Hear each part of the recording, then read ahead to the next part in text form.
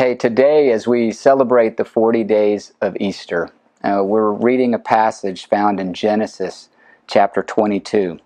And it's a familiar story probably for most of us. It's a story where God asks Abraham to sacrifice Isaac, to offer his one and only son to God as a sacrifice to God.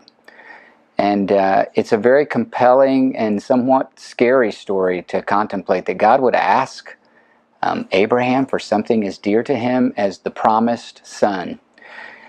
And yet, I think it's a parallel for us in many ways. And so what is it that we should think about at this season of the year as we contemplate Easter and think about what it means that Jesus came and died for us and offered himself for us?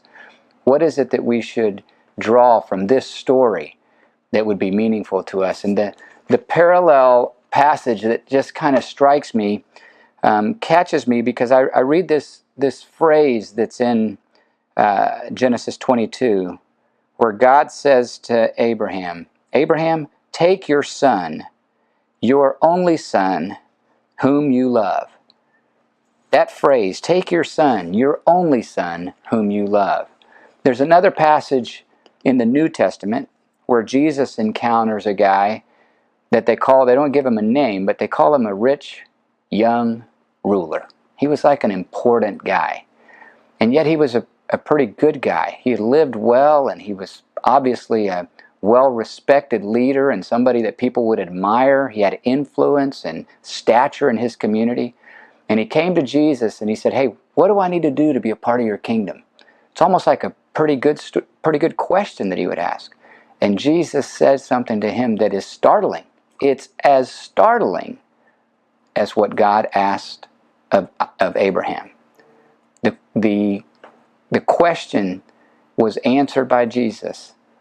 The question of, what do I have to do? He said, go sell everything you have and give it to the poor. The reality is, Jesus isn't asking for our money. He's asking for us, our will. And that's the same thing that God was asking of Abraham, his will. What's most important to you? God gave us what was dearest to him.